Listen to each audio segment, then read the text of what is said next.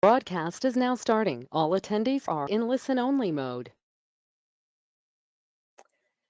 Good afternoon, everybody. Welcome to today's webinar.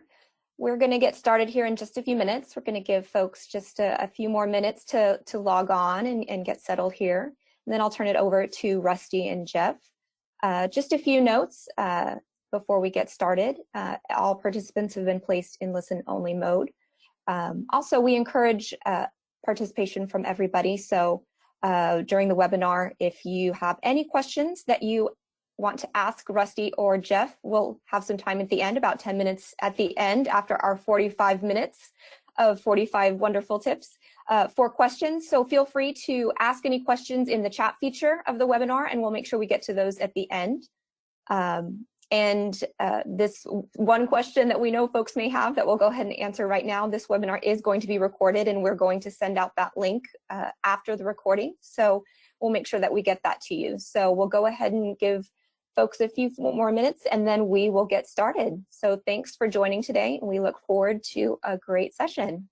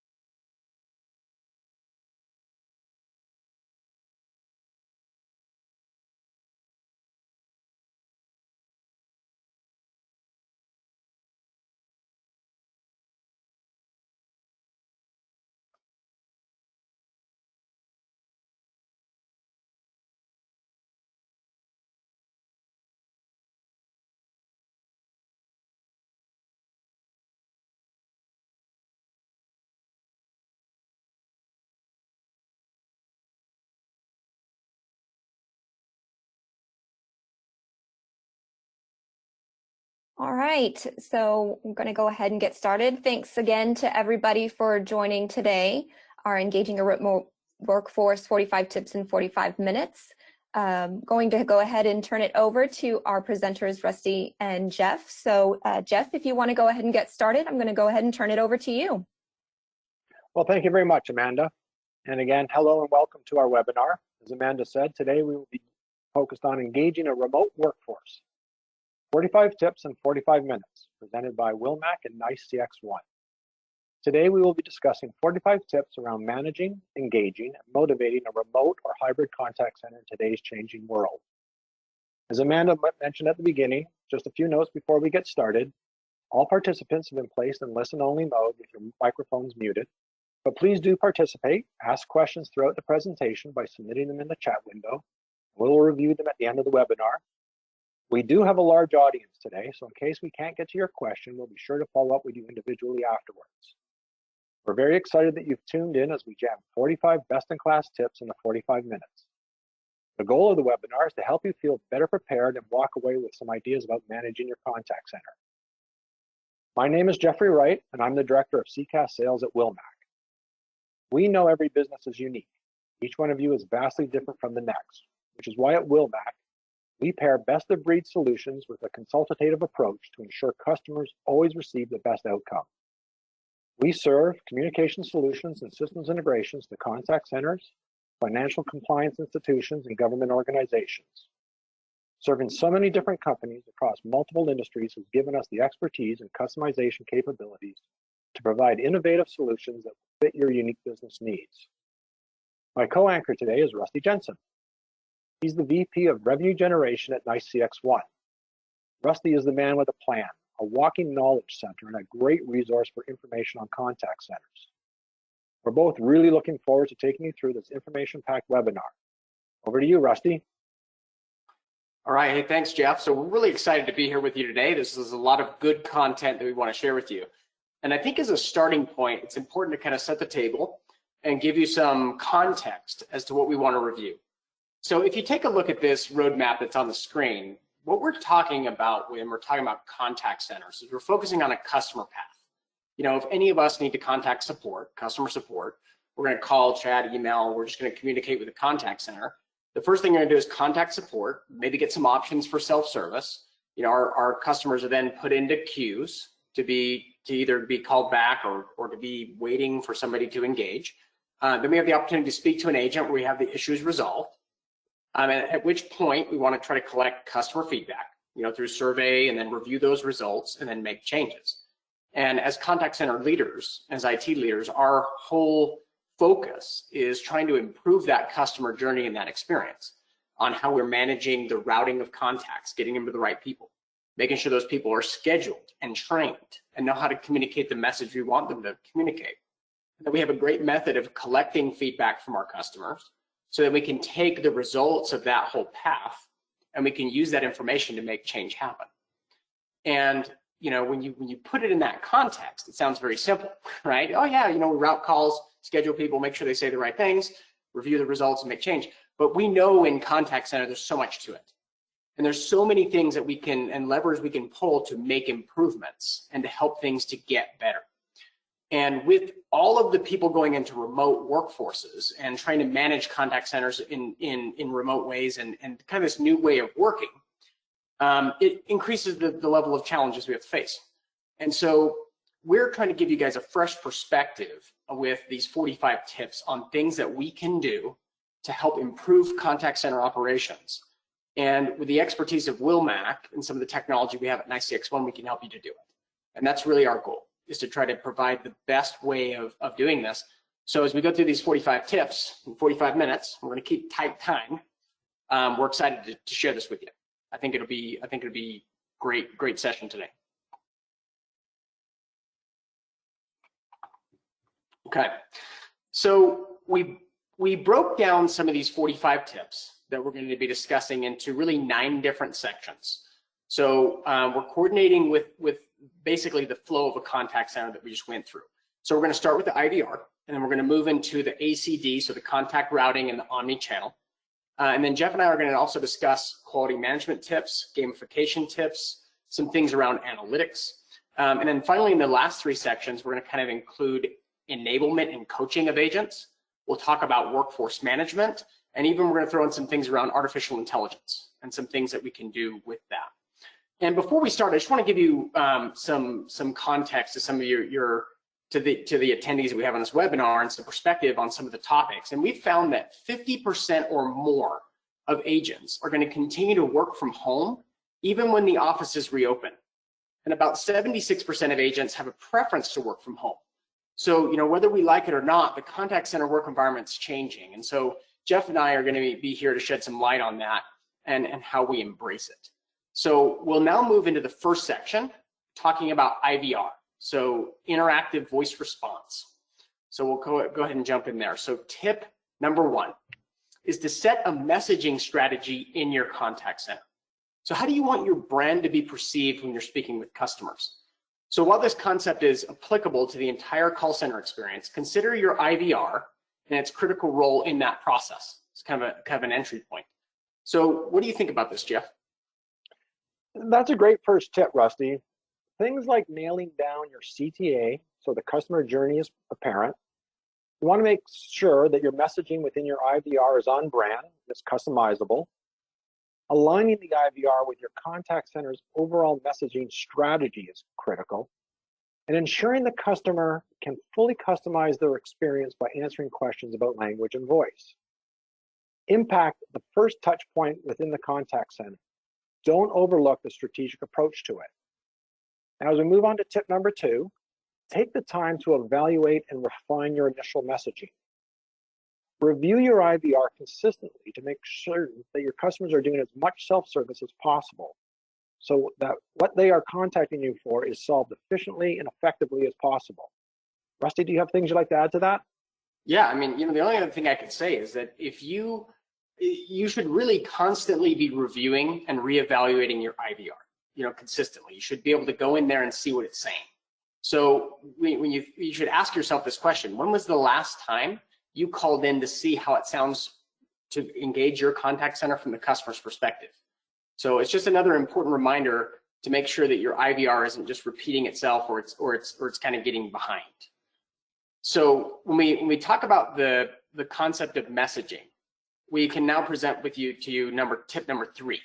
So tip number 3 is to present messages in order of importance. So what is the first thing that customers should hear when they're welcomed by your IVR? So all aspects of the customer experience, or CX, they begin here at this moment. So it's crucial to look at your messaging strategy and identify what the most important thing is for customers to hear as they move through the interaction. So do some research to see what your customers are contacting you for and apply it to your IVR and put it in that order. Okay, so we're going to toss it over to you, Jeff. Thanks, Rusty. So tip number 4, avoid cliches is our next point. You want your customers to have a positive experience with your contact center. So do your best to avoid playing cheesy elevator music and play something that your target demographic will better relate to and enjoy more. Personalize the experience and go beyond the answering the question part. Alternate between male and female voices to make it as customizable and fun for the customer as possible. Now, to round out our first section comes tip number 5. Use integration to reduce and personalize the messaging in the IVR. Rusty, back to you. Yeah, absolutely. Yeah, I think the best way to take you all through this tip is by an example. So say that you have a bill that's past due and your customer is calling with questions about that most recent bill. The IVR should ask them that question. If we can see that in the CRM that they have a bill that's past due, it should ask the question: are you calling about your most recent bill? And if you can effectively customize maybe 2 to 3 paths like this, where it's a common issue, we can see that it's in the CRM, and you can start by asking them a question that could be relevant, that you might be able to get them to accept about 80% of the time, it can really help to improve the user's experience and make them feel like you know who they are and you care. So on to the next section, we're going to talk about automatic call distribution. So in this section, we're going to jump right into tip number 6. And tip number 6 is ask yourself if your ACD is enough for future needs. So in this situation, you want to ask yourself questions like, does your ACD, your contact routing system, have the capabilities to create a more positive or a unique customer experience by how it delivers calls to the right places? And does it just support digital channels so you can expand beyond voice and communicate in the way that customers want to communicate? Right, Rusty. More modern ACDs now handle digital contacts like email, chat, and text, which is why ACD is now known as the automatic contact distribution due to its changing nature. It's important to be constantly evaluating your technology and abilities as the world around us continues to change. Considering your contact center's market and working to personalize the CX includes incorporating these other digital channels into the ACD. Moving on to tip number 7, leverage skill-based routing to minimize overflow, interflow, and long wait times during peak periods. Skills-based routing takes each individual agent and assigns them certain skill sets. For example, Joe is assigned the skill set of English, Northeastern states, and service at his job. A call coming from Maine has a higher likelihood to go to Joe if he's available, because he's been trained in how to handle service issues for that specific geographic region. That makes it pretty efficient, huh, Rusty? Definitely. I mean, the more technology around us improves, the more we can cater to kind of distinguishing to the specific needs of a customer, and it makes a huge difference. Huge difference. So looking at tip number 8, it kind of stems directly from that concept. So integrate with your CRM and deliver screen pops when interacting with customers to better prepare the agent and customize the CX. So integrating your ACD with your CRM provides your agents with a better opportunity to get the big picture on the client account. So it gives them a view of the customer, their past purchases, interactions with the company. You know, the more your agents know about the person they're talking to, the better equipped they are to solve the issue and answer the question. So moving on to tip number 9, provide a callback option within your ACD. What do you think about that, Jeff? You know, this can be a really touchy subject for some consumers, so I do have some thoughts. Far too much, many times, customers lose connection with the contact center they've been on hold with, or they've been talking to for a significant amount of time. That's not an ideal situation. An opportunity to provide an immediate callback option in your ACD so customers can fall back into the queue without losing their patience is a much better approach. Yeah, absolutely. That's not a fun experience. You know, I work at a company that sells this kind of software, you know, and I've lost connections with other contact centers many times. And in my own experience with contact centers, and finding ways to minimize this threat can really help sidestep those negative responses and experiences. And our last point to make in the ACD section is tip number 10. Make sure your ACD has tight integration with your IVR. As we've mentioned and stressed in the prior section, the IVR is typically the first thing a customer interacts with when calling a contact center. Make sure your IVR is fully integrated with the ACD so your contact center can collect further information about the caller and their issues and pass that on to the answering agent. The agent can then leverage the smarter routing capabilities to optimize the customer experience. You can see that personalization has been a common theme so far. So let's move on to our next 5 tips and highlight personalization, focusing specifically on omni-channel. All right, so now in omni-channel, I want to kind of throw a statistic at you. Did you know that only 8.4% of companies have established connections between all of their channels in the contact center?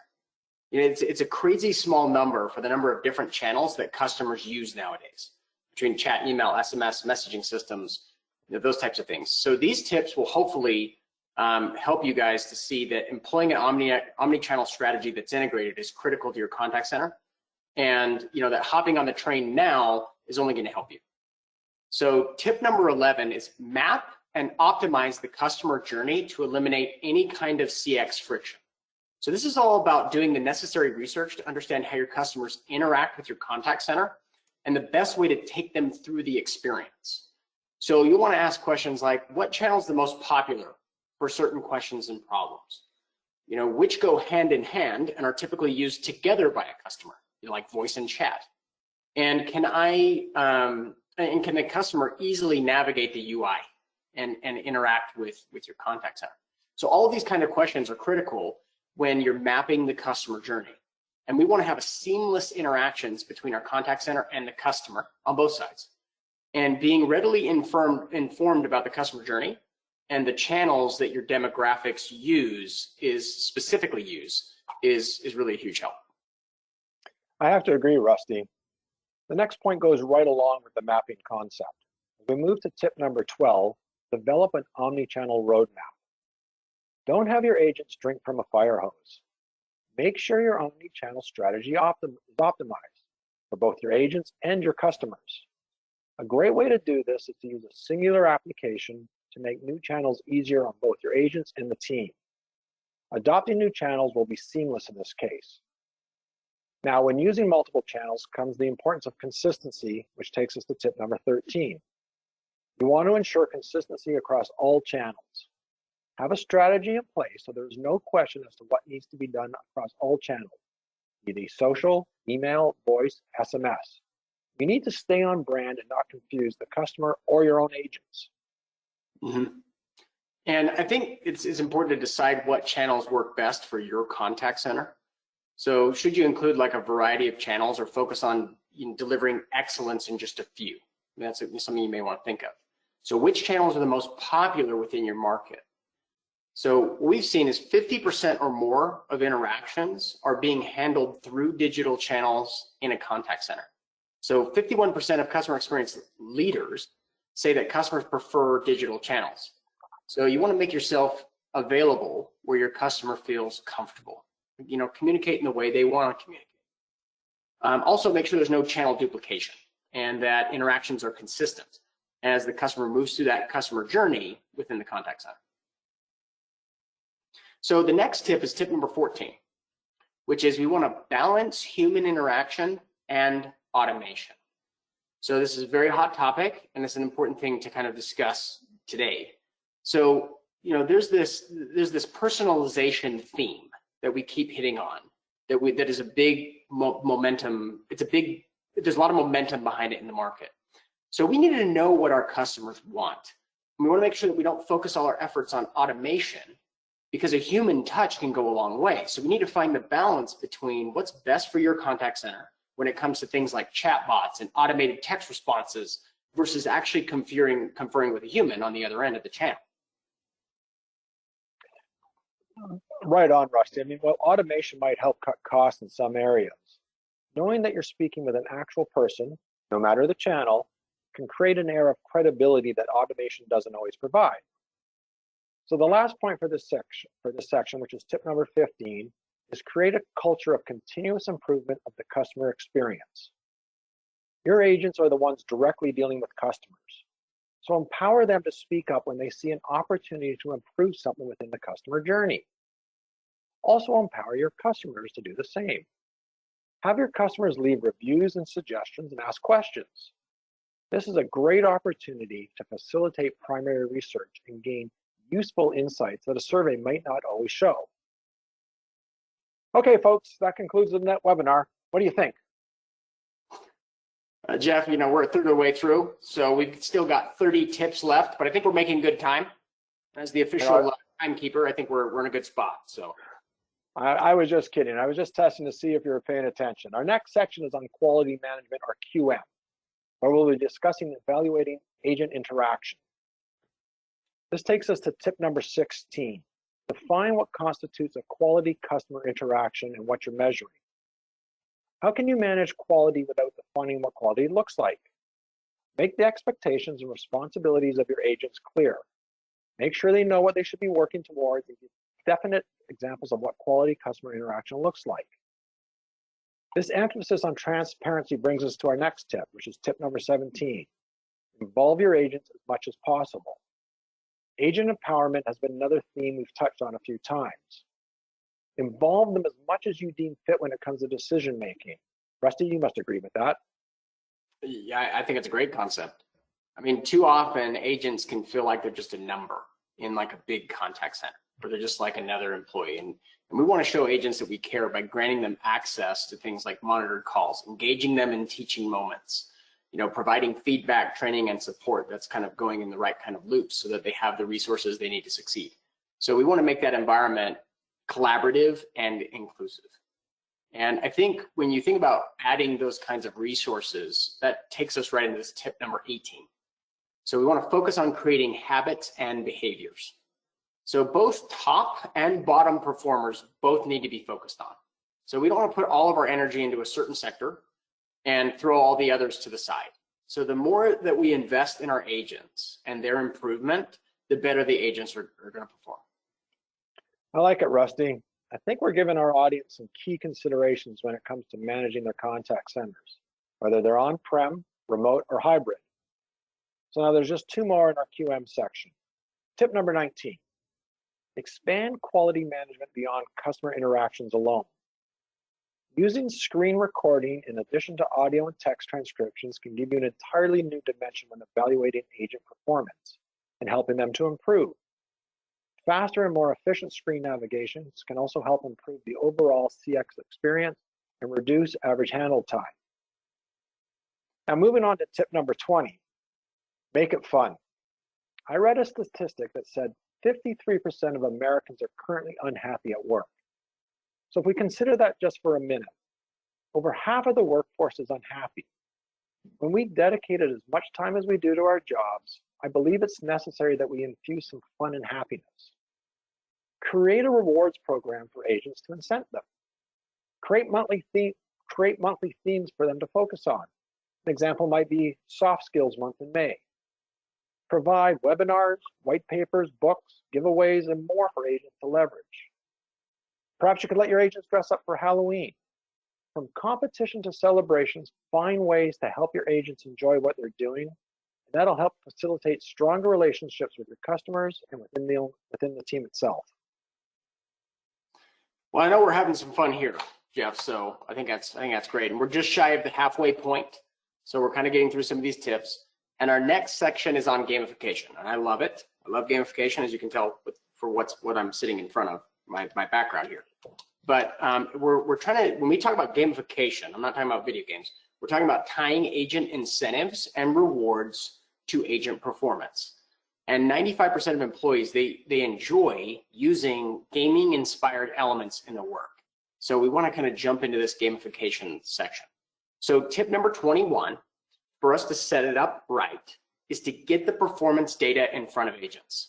So near real-time reporting data designed for agents that can show them exactly where they stand and where they need to be, it's critical for success. So it's important that we aggregate all of the expectations for agents and reporting into dashboards that give them straightforward insights into where the agent is expected to be and where they actually are now.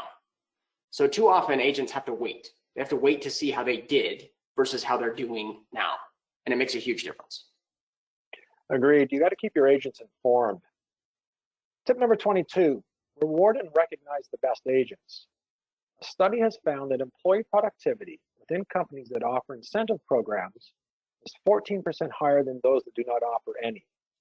Also, organizations that have incentive programs experience a 31% decrease in employee turnover. Incentives can facilitate a fun and competitive environment. So you want to reward both individual and team success. Create leaderboards or certain badge levels that agents can work towards. Employ fun competitions to engage your agents on a different level. Consider involved key accounts as well. The creative possibilities are endless. Now, if you're a competitive person like me, and I love a good challenge, and if the reward is free ice cream, I'm on board. That's awesome. So I'll take on tip number 23. So find ways to appreciate and acknowledge your employees. So rewards are great, but also find other opportunities to show your agents that you appreciate them and what they do. So when managers recognize employees' contributions, their engagement increases by 60%. So just because you can't see them in person, it doesn't mean that they're not human. So whether you're sending them a birthday card, if you're hosting like a weekly virtual cocktail hour, maybe if you're just checking in on them just to see how they're doing, show the agents that you're there for them if you can't physically see them in person. And with showing appreciation and kind of gaining respect from your agents, tip number 24, I always recommend is be fully transparent. So be extra clear on expectations and the responsibilities that agents have. I can't stress that enough. So make sure that they respect you, but they're not afraid of you. Place consistent rules and rewards. Put those in the position of authority. And then you should take the approach of working with your agents against those rules and to help them to achieve those rewards. And it really helps to help them achieve success. I'll close out the gamification section with tip number 25. Be goal-oriented. If the past year and a half have taught us anything, it's this. And this applies directly to our work as we see companies engage in a fully remote, hybrid, or on-prem workforce. Engaging new technologies and adapting to a changing environment are all part of the new normal. Make your priorities and goals crystal clear to your agents. Give them and yourself something to work towards. Wow, we're already at 25 tips. We're moving right along, Rusty. Let's keep going as we transition into the analytics section. Tip number 26, leverage analytics to identify sales opportunities.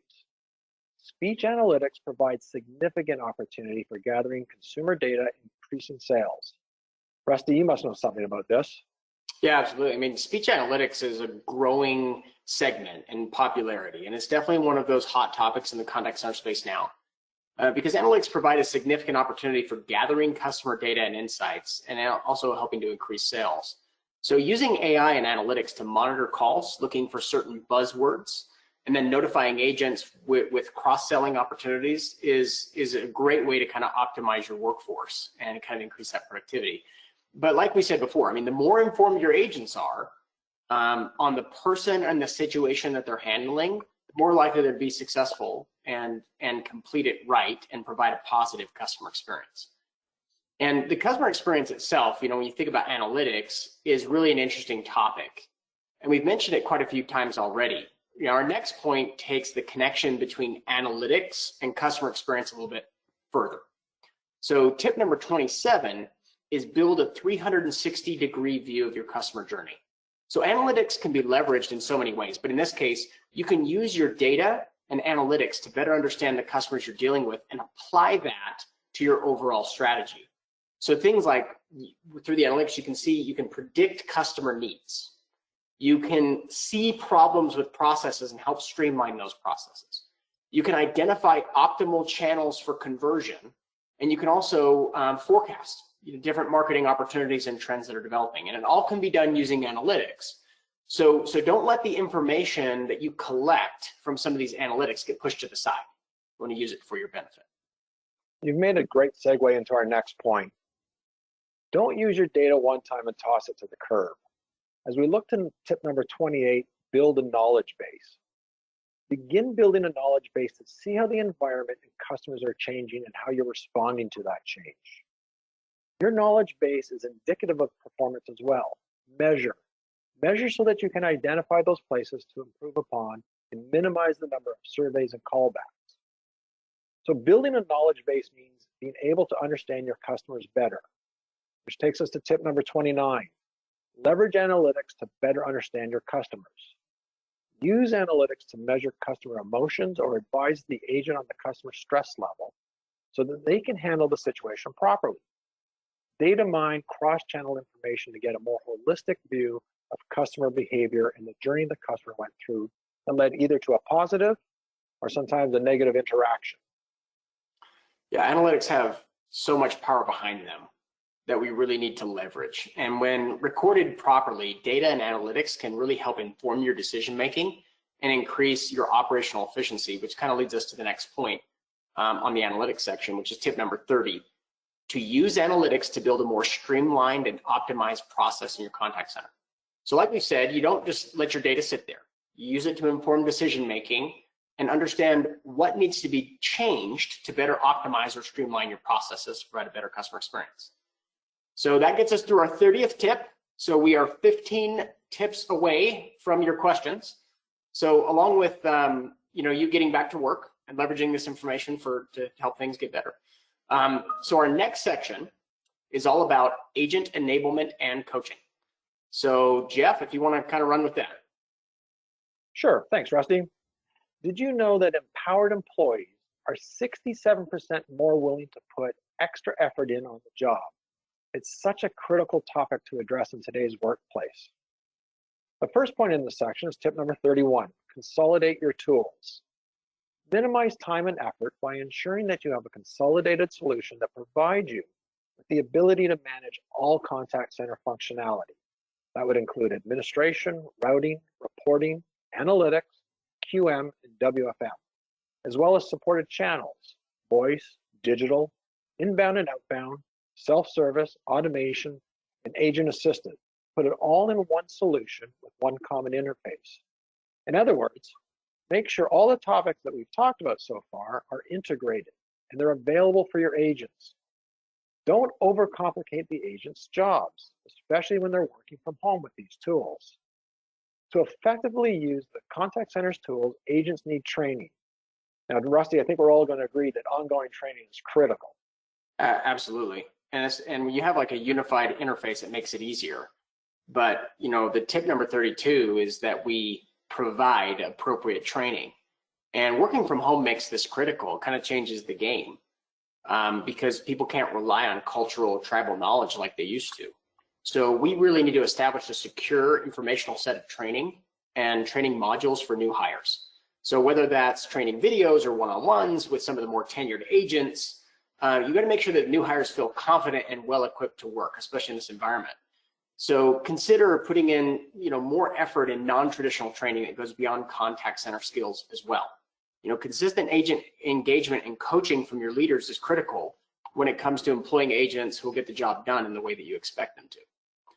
And agent development and progression is another critical consideration, which kind of takes us to tip number 33. So enable e-learning and coaching for agent development. So make sure that your team sees and believes that they have multiple upward career options and opportunities to pursue self-improvement. So emphasize continuous learning and help your employees to reach their full potential. So provide educational resources and help agents see a future with self-growth.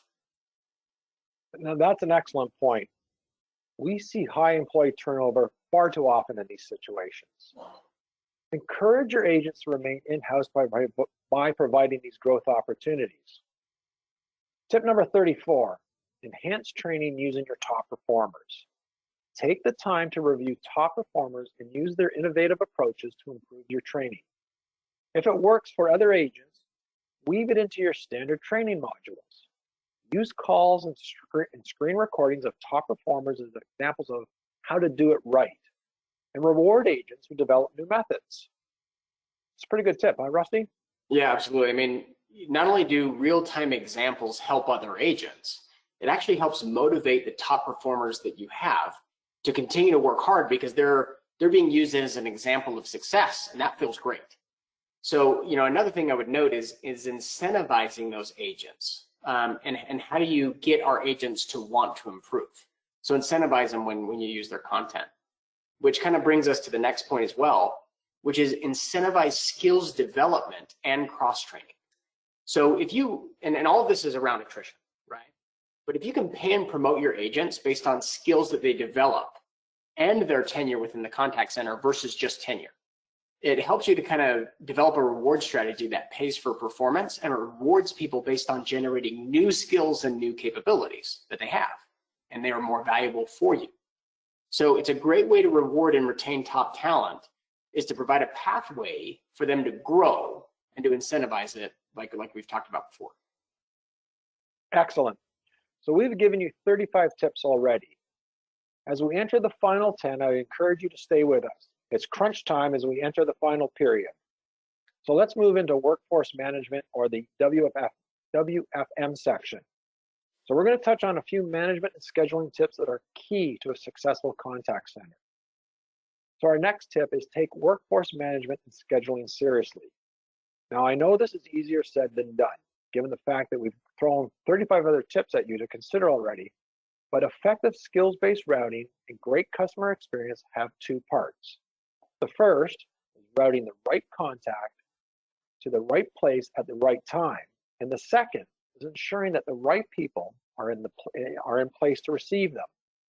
The contact center is an interconnected web that, if not optimized and mapped, can become a really big knot that's really difficult to untie. Streamline and simplify your processes to ensure that your workforce management and scheduling coincide. Rusty, you might have some thoughts on this topic. Yeah, I mean, the contact center, it can be complicated.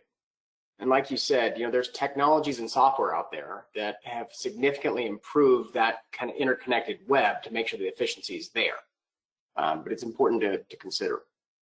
And, as a next point in tip number 37 is avoid making assumptions about data. So it can be really easy to make assumptions about your WFM solution data. But make sure that you set times to regularly check your data sources and incorporate your data into your collaboration process. It'll give you a better idea of what's informing your decision making. And if anything noteworthy pops up out that's new, that's innovative, that others might not have seen, you can act on it. So managers and leaders in contact centers have a lot on their plate, and revisiting and referring back to past decisions and actions are great learning tools and opportunities for continuous improvement. Which takes us to tip number 38. You want to constantly revisit your attendance and adherence policies. So the past year and a half has not been easy for you or your employees. So we got to make sure to consider different policies based on remote, hybrid, or on-prem workers while you're setting up some of your work standards. Yeah, definitely. If you haven't looked at or adapted your policies and standards within the past year, this is your call to do so. The work environment has been volatile and uncertain, which calls for reevaluation of your workforce standards. Be flexible and understand where your employees are in their life during this COVID time. But at the same time, remember, there are things that have to be done and goals to achieve. Let's move to tip number 39. Think of WFM as a value added and not as a cost cutting exercise. As a leader, constantly strive to learn and optimize your workforce while showing them that you care.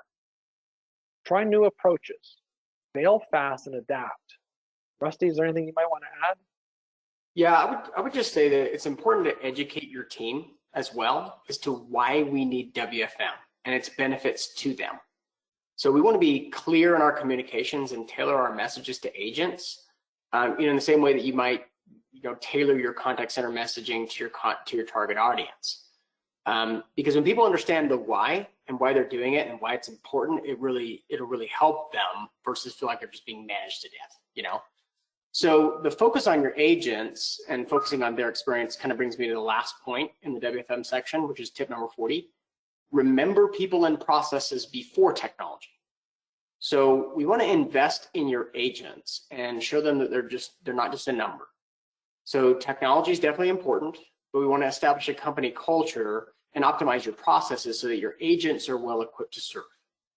And one of the ways in WFM that this helps is actually providing them with some autonomy, allowing them to do things like shift bidding, swapping, incentives around schedules, like incentivizing them to take certain types of schedules, or automating approvals. It can really help agents feel empowered. They don't have to, come to you every time. So as we close out this section, and we're emphasizing people and their importance to the contact center, we're going to do a 180-degree turn. So now in the final section, we're going to talk about artificial intelligence, otherwise known as AI, which could be a scary topic. But here's an interesting statistic for you to kind of chew on. So 27% of customers around the world say that AI has the potential to deliver better customer service than human agents do. I don't know what you think about that, but that's what they think. So that's interesting, Rusty. Yeah. The changing preferences of generations is so evident, I think, especially in contact centers. I mean, technology has had to adapt so quickly in the past year due to our work from home situation. It's crazy to imagine what it's going to look like in the next 1, 5, or even 10 years. You really need your contact center to stay current. I'll move on to tip number 41. So leveraging bots in your contact center CX. Now, some customers would rather not speak to a call center agent and instead utilize a bot to see if their problem can be solved. Those 27% that Rusty mentioned are some of these people. So leverage conversational AI bots and those that can understand customer intent to address the customers that prefer this method. If done well, this can be a cost saver and a great differentiator for your contact center. Now, self-service has been a buzzword in contact centers recently, especially surrounding AI, which brings us to tip number 42, which connects the two. Leverage AI for as much self-service as possible. As we've mentioned, AI can cut costs on agents and answer customers' needs effectively. Leverage it for self-service, but at the same time, provide an option for customers to opt out and speak to a real-time agent if necessary. Yeah, because we've stressed about how important human interaction could be in a contact center situation. So we need to find the channels that AI can be best used, or the channels where consumers are looking for a quick and easy solution without dialing in. And this kind of takes us to the next point. So tip number 43 is extend self-service and AI proactively. So if you think about a customer journey, before they make a decision to contact a contact center and talk to an agent, they prefer to solve problems on their own. So they're going to turn to resources like Google, or they're going to go to your website to get direction or just try to solve a problem, which is the perfect time to use AI and bots to proactively engage them then and offer self-service when they're kind of in that mindset. So when you do that at that point in the customer journey, when the customer wants it, you'll get way higher adoption. Yeah, the customer journey is such an intricate and unique concept. You really need to make sure that you conduct consistent research on it to better optimize the CX journey for your customers. All right. Tip number 44, use artificial intelligence for agent coaching and process automation. I think that one's yours, Rusty. Yep. So advanced AI tools, so they can be used as agent assistants, and they can help guide agents through customer conversations. It's not just to talk to customers, but it can actually aid agents. So pop-ups can come up to agents that say things like, slow down, or you're talking over a customer. And so AI can actually help the agent realize something that they might not notice, and it can coach them through the process. It can also do things like filling out forms or updating back-end systems. If you have a lot of replicated processes on back ends, robotic automation can update those systems for them and really cut your after-call work time down. The capabilities of advanced AI are mind-blowing and can really improve a contact center's efficiency. So tip number 45, leverage AI with real-time speech analytics. Artificial intelligence can analyze tremendous amounts of data. It can recognize patterns and help supervisors and upper management see problems. Ideally, use AI to review all of your calls and point your supervisors in the right direction. Speech analytics gives us the ability to catch things that the human senses might not notice, and then provide valuable insights to improve upon or leverage. That's great, Jeff. And now that's 45 tips. So we've gotten through the 45. And we've got a little bit of extra time, the next few minutes, and we're also going to do some questions, but we have a bonus category for you, for only the attendees today, that we would never publish. But this bonus category will give you 5 more tips that we're going to kind of jump into. And we've been around contact centers for a long time, and we just have a lot of insight that we want to share. So we'll go in there. Okay. Take it away, Rusty. So we've got just 5 more. We'll go quick with them. So let's move into this bonus category. It's around customer satisfaction. So we'll start with tip number 46, which is develop a net promoter score program. We've got to be able to track our customer satisfaction scores, and we often do, like our known as CSAT. And we tie that back to agent productivity. But we also need to extend those scores and kind of aggregate them to create a general net promoter score program beyond just the initial interaction. And when we find out where our general perspectives that our customers have on us, it's easier for us to find some of the service areas where we can improve customer satisfaction scores. So which service areas are putting out the most promoters or detractors? And a lot can be said about customer satisfaction with a good NPS program. Well, Rusty, it always comes back to looking at the data and seeing what it reveals about your contact center, which comes up to tip number 47, set a retention strategy. Ideally, you want to know the good, the bad, and the ugly that's going on with your customers. You want to prioritize issues that cause you to lose customers and create an effective counter strategy. Triage and then create long-term fixes. As we know, new customer acquisition costs 5 to 7 times what it takes to retain one. So buckle down and figure out what you're doing to retain your customers. Our next point in the bonus category is tip number 48. You want to diversify your surveys. Rusty, you got some thoughts on that? Yeah, I mean, absolutely. We've talked about a variety of different channels that contact centers can use to communicate with your customers, but we're not always talking about diversifying your surveys. So if you diversify your surveys, it helps you take another step toward your omni-channel strategy. So go beyond the voice. Use surveys and email, chat on the website, and even SMS. And we've actually found that customers who interact with SMS surveys respond 60% of the time versus 5% for voice surveys. So don't box yourself into just strictly a voice survey when your customers may be wanting or asking for other channels. Yeah, I really like that one, and I hope our viewers are taking away some inspiration to step outside the norm so they can see the same possibilities with their contact centers. Tip number 49, which is use speech analytics. Now, we've mentioned speech analytics a few times now, but you want to track the sentiment of your customers that don't take surveys. Now that we've improved our overall response rate using SMS, what are the other 40% of our valuable customers saying? You need to adapt your surveys to get actual data on what you are seeing in the analytics. Let analytics lead you where they need to go. Yes. And now we're on to the real last one. So this is tip number 50, the last one in the bonus section, which is develop a return on investment strategy around customer sentiment. Now, as you all know, and I think this is just common knowledge, happy customers, they buy more, they refer their friends, and they don't leave you. But in our experience, what we've seen from like a financial standpoint is that it has about a 4x revenue impact when a customer is very satisfied or promoter versus neutral. And that's significant because they're driving more people in, they're referring business, they're staying, they're buying more, and it makes a big difference. So the tip is all about trying to figure out putting together a strategy to measure customer satisfaction and figure out the monetary value that it has on your company. It's an extremely useful insight, and it will absolutely help you with a lot of your initiatives in the contact center and help to get things improved. And as Rusty said, with that last tip, we are complete and with some time to spare. So we've had 45 tips in a bonus category. And I'll be honest, I feel like I've just ran 10 miles and time to do a bit of a rest here. But it was a good day so far, don't you think, Rusty? Yeah, absolutely. I mean, maybe we can start with another 45, but yeah, I think it's great. So let's just a reminder that if we're going to take a look at questions and answers now. And as we said, if we can't get to your questions, we'll definitely follow up with you in the next little while.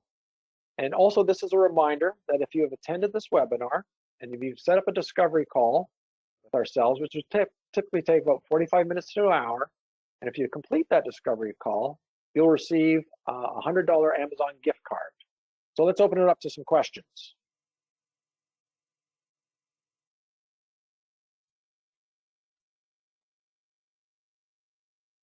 So the first question that I see here, Rusty, is how can an organization ensure that their agents are feeling supported and valued? I think the biggest thing in terms of support and value is just making sure that they have really good expectations. They know where they stand. They're getting properly incentivized for both skill development and achieving the right kinds of goals. We're also rewarding things like great cultural engagement and helping them also see that they have a progression path. If you can teach them the core skills of what an agent should do and how to be productive and be a good agent, it's great to extend that and then teach them how to get to the next level. When you invest in them, they can become loyal to you, and it'll really help them to grow in their careers. That's what a lot of people want. So picking them out and investing in them and rewarding and incentivizing properly can really help.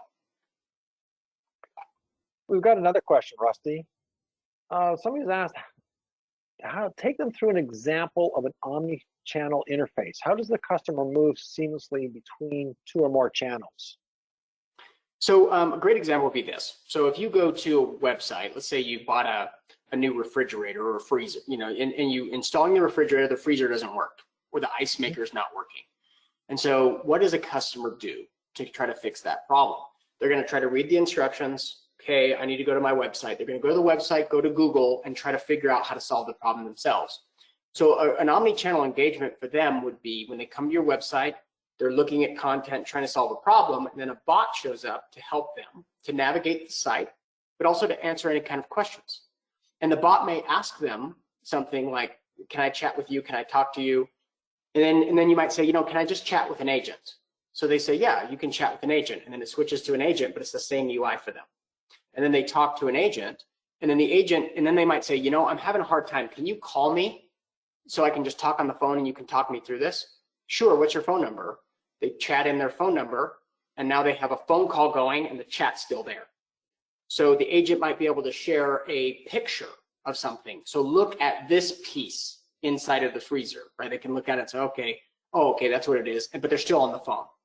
So a really effective omni-channel strategy is the ability to kind of collaborate and communicate in those ways at the same time. Or even things like an SMS text that helps validate who somebody is, while they're on the phone. Those kind of things are a great way to do it as a use case.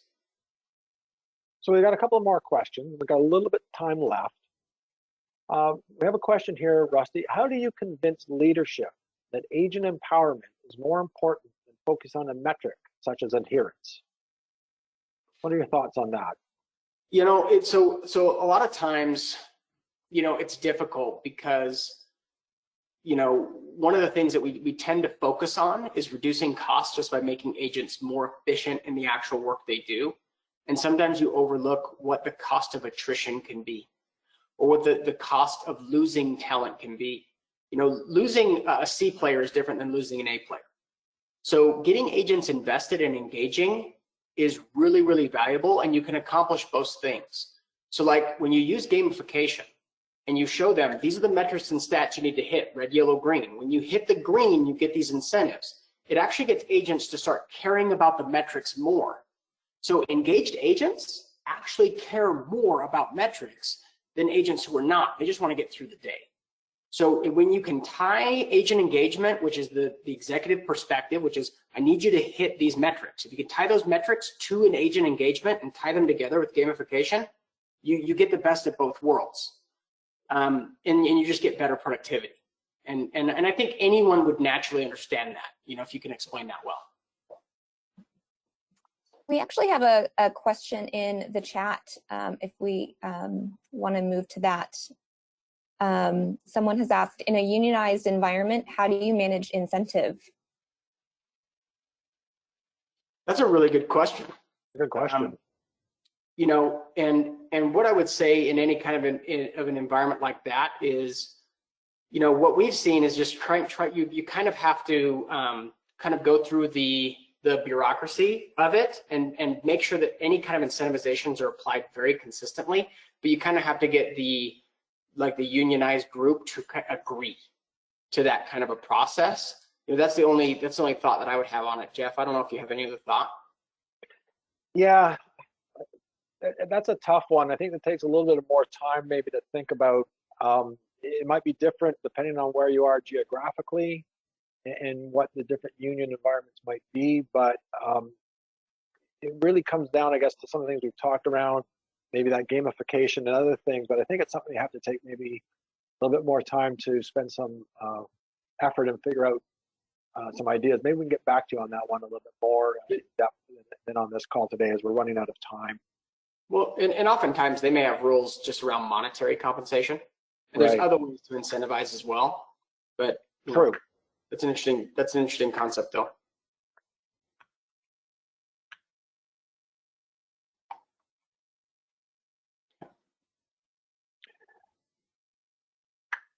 Well, Any I other think I'm not sure, do we have any other questions, Amanda? I know we're sort of running out of time.